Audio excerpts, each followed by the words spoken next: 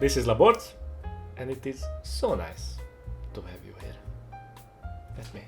Let me take a look at your tiny hands. Yeah, so nice. These are the paints you need. I primed the bird person black and painted the wings, but do not mind the wings. They look stupid and they look like tree bark, and we will redo them by the end of the video. First, we apply Steel Legion drap with a big brush. You might think that we are dry brushing, but the brush is actually wet, but only so that the paint is not runny at all. Leave the recesses black and apply the paint over 80% of the drapes. If you use a similar brush, then try to create texture using the stippling technique. This way we will create a rough textile look. Unfortunately, you can't really do detail work with large brushes, so we are going to use a regular sable brush or hobby brush of your choice to reach parts where the large brush left some unpainted areas. Then we apply Karak stone to create the highlight areas. I use a small dry brush for this, which has a flat head. Same stippling technique, and the brush is wet again, but our paint has a base layer consistency, so it won't leave a dusty look either.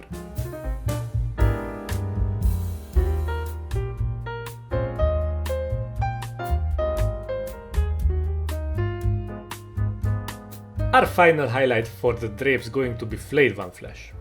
As you see, I paint the parts inside the Karak stone areas just a bit smaller.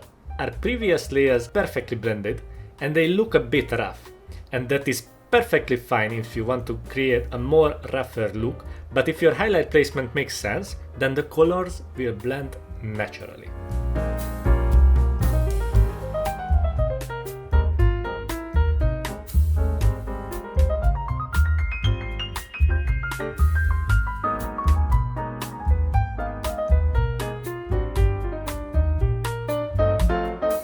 Now we glaze in some incubi darkness to our shadow areas. Usually we use blue or purple for this, but this cold dark green works nicely for shadows as well. This is basically Granny's false teeth water consistency for our paint. So you might need like 2 or 3 layers to achieve a nice hue in the shadows. Okay. And do not stain the highlighted parts with this color, because you know what's going to happen. That's right. We paint the skin with dryad bark. I want to create a really dark skin tone, and that's a good foundation for it. Then we apply Steel Legion drap and try to create some sort of fur texture on his skin. Maybe the bird person has feathers there, I don't know. Maybe he has some fur, maybe he has some skin. I leave that up to you. I ended up with this short fur look. You can either go with natural human skin to make it a bit more disturbing. Because I stained the armor with the colors of the drape. Now I'm fixing it with black, and it will create a nice separation between the different parts. You don't have to follow this part, but it helps me to see more clearly. Now we start working on the NMM. This is going to be a big section, so grab a sandwich with some sour cucumbers and a smoked pig leg to have enough energy. Okay. My goal was a darker NMM look. Not black, but a darker metal. It is really crucial to blend our highlights at this part. If we miss out some details now, we need to go back every time. So try to be patient here and don't rush it. This mini has a lot of armor and it's nicely detailed, so it would be a shame not to take care of it. Also note to future Papa Labors. Miniatures with wings are pretty hard to paint with the wings attached. Also, filming the process is really hard because the right side of the body is basically blocked by the wing, so in the future I try to remove the wings before painting so I can film it a bit better for you to see. Alright, aim for a base layer consistency so you can cover the armor easily and fast. Skaven Blight Dinge has a nice coverage over black, so it's possible to do this with one coat.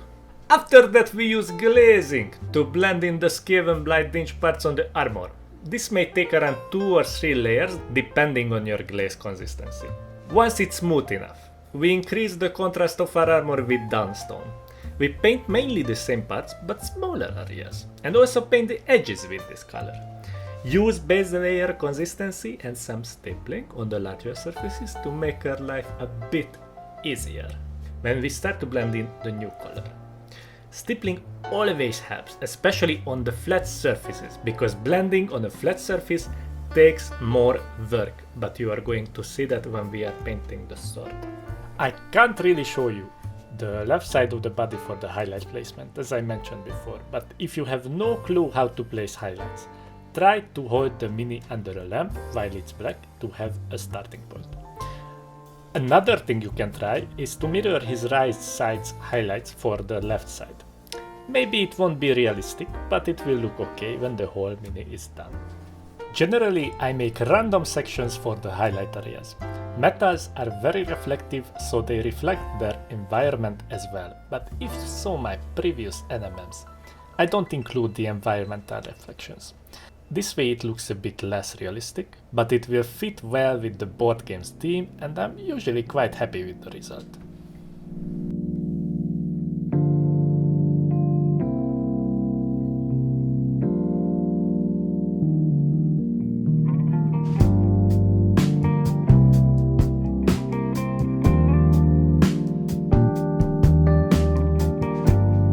Now let's blend in the downstone with glazing. Start your brush stroke in the Skaven Blight dinge part and finish it in the downstone area. 2 to 3 layers will make this silky smooth, but the armor has some broken parts, so I'll leave it up to you how smooth you'd like to glaze it. After that we increase the volume of our highlights with downstone. Try to pick out all the broken and regular edges with this color. This bird person have some ventilation holes on the helmet. Try to edge highlight only the lower part of this hose, so it would sell the effect that the light coming from above. Also start painting the rivets with these colors. We use the same method as we did in the previous videos, like with Nahayas and Gita, so you might want to check those videos as well. Sorry, I had a serious bone infection while I was a child, so I can't really wink like a regular person. But I'm sure that it's not that bad. There. Now we blend the administratum grey to have a nice transition from the downstone. 2 layers are fine, but you know my paint consistency may differ from yours, or maybe you use a different grey, which is perfectly fine.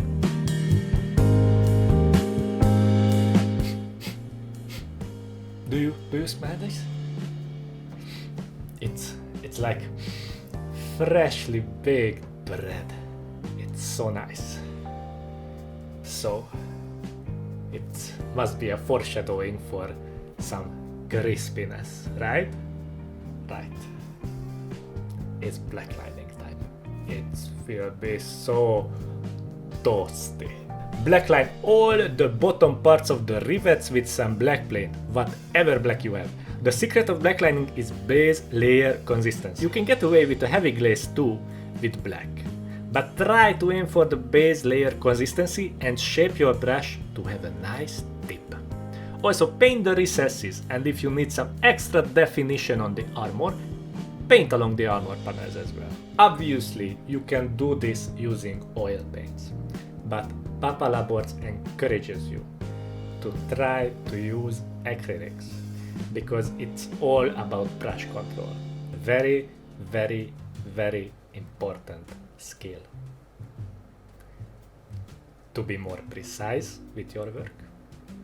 Okay, and if you are not precise enough with your work, now the silky smooth ivory. This is our final highlight, you guys. We are nearly done with the armor. Paint the edges that are facing upward and paint the upper part of the rivets. When you apply the paint to the armor surface, try to stipple it, so it will be a lot easier to blend in the next step.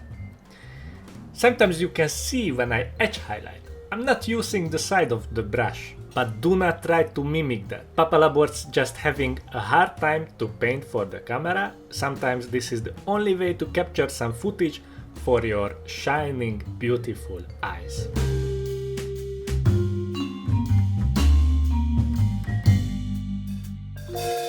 Then with glaze consistency, we blend in the ivory. I leave the smoothness up to you again.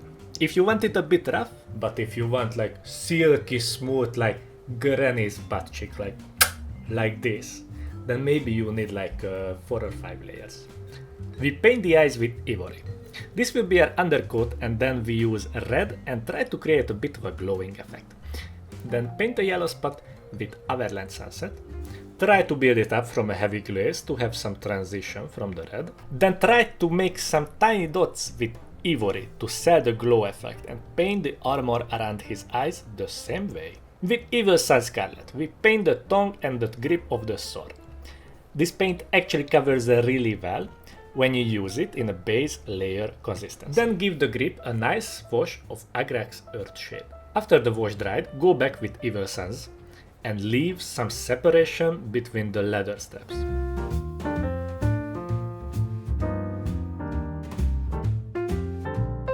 To give some shine to the leather, use White Rider Red.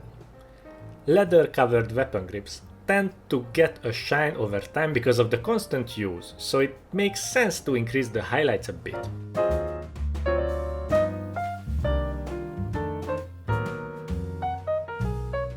Now it's time for the great sword. I sketch out the highlights with Skaven Blinding. As you see, I'm using a pattern. When I put highlight to one part, I leave the other side of the sword black. This might give a less realistic look, but I leave that up to the light scientists to decide. Then we glaze to smooth out the separation between the dark gray and black parts.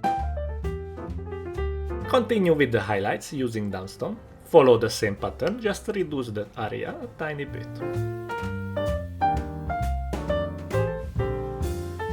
Look at the motion of my brush.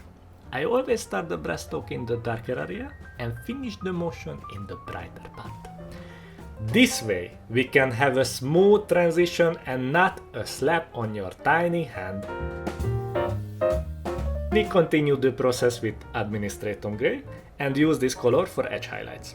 The sword has very nice edges, so it would be very easy to edge highlight it. Of course, my mini may differ a bit from yours quality-wise, but I have to say that these larger minis made by cmon are much better quality than the small ones, or older Zombicide games like Green Horde. Now look at that glazing! Just look at it! It blends in so nicely. You can almost hear it that it is metal. Our final highlight is ivory, and we will use pure white for the edge highlights. It will sell the metallic effect and you can sit back and enjoy the nice NMM you painted. And if it doesn't look nice, that's completely fine. Don't be afraid, I got you covered. Now, send me your address and I will come to your house. You can introduce me to your lovely family. I will have a nice chat with them. Maybe we will have dinner or something like that. And then I will slap on your tiny hand. After that we start working on the crossguard with Rhinox hide. Then sketch out the highlights with Dumble Brown, focusing on the upper parts. With the mix of Baylor Brown and Dumble Brown, we continue the process. Use it in base layer consistency to have a nice opaque layer.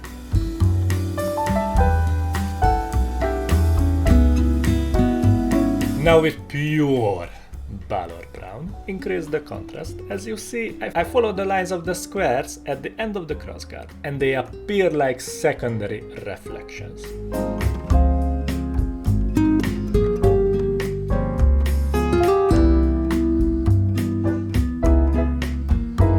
With a little bit of blending, we smooth out the Baylor Brown.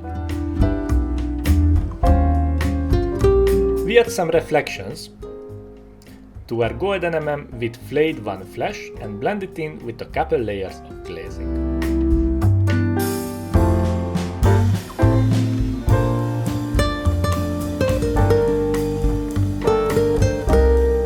Try to do small brush strokes and try to have less moisture in your brush when you're glazing over small surfaces. Then we finish the crossguard with some edge highlights using pure white.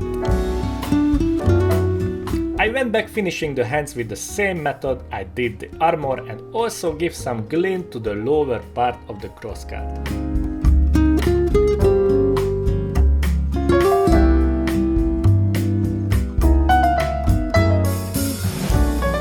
Apply some Rhinox hide to the leather straps hanging around his waist. Try not to stain the ropes, because your tiny hand might suffer a tiny trauma, and use a base layer consistency.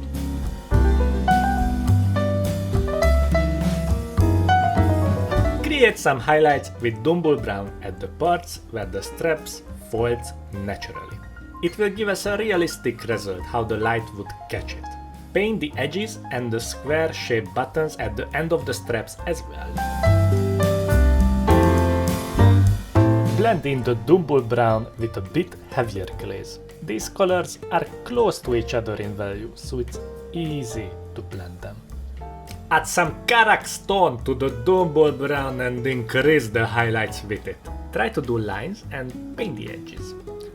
Also, you can add some tiny lines over the leather straps to create some scratches. As you see, the paint is not runny at all, so aim for this consistency and you'll have a wonderful time painting this.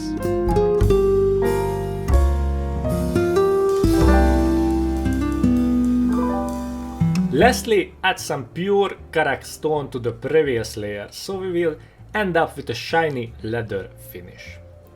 Add some scratches here and there to make it look a bit worn. For the square-shaped buttons, I chose to paint them gold as well. We used the same method we used for the crossguard, but we are not blending anything, just roughly sketch out the highlights with Zamesi Desert and add some shiny glint with Flayed One Flash. The great sword's grip wasn't shiny enough for me, so I mixed some white into the White Rider red, and now I have peace with it. Highlighting the sword's grip. Do not let the paint flow into the crevices. If that happens, start calling the ambulance on your phone and ask them to bring a new pair of tiny hands for you. For obvious reasons. Then we paint the toes with Rhinox hide and highlight them with Steel Legion Drab. Try to put some Steel Legion Drab on the claws as well.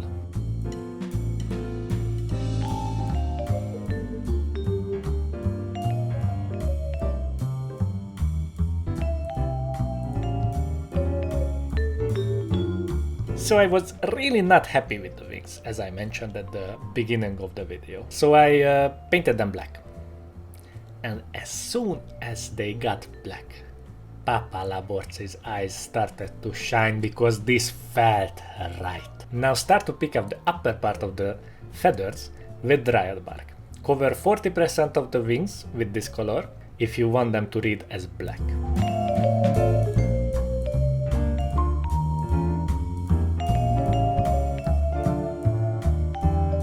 Then we outline the top of the feathers with Karak stone, so it will separate the feathers from each other and give us a nice definition. You can add some lines here and there, but try to use this color on the upper parts of the wings. Do not highlight all the feathers, because we will lose contrast that way. Take your time with this process. You are almost done with the mini. We are not blending this layer because these wings are more likely a background to our miniature, because our main effort was put into the armor. That will grab our attention and not the feathers. We just want to create the illusion that they are nicely detailed, but they are not.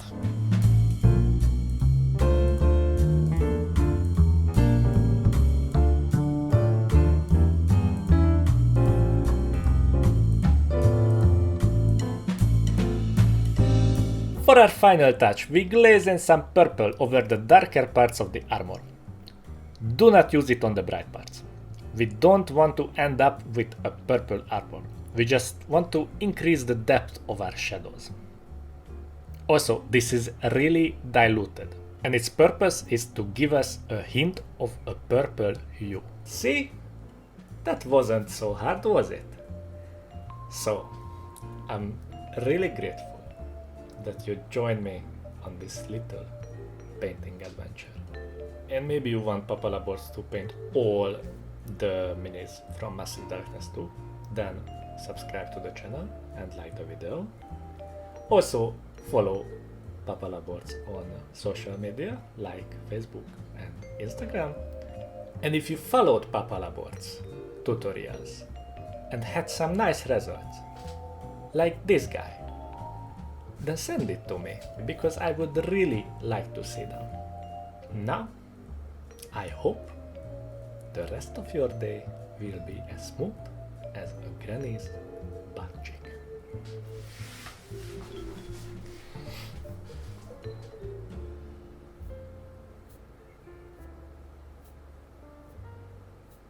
But seriously, please subscribe.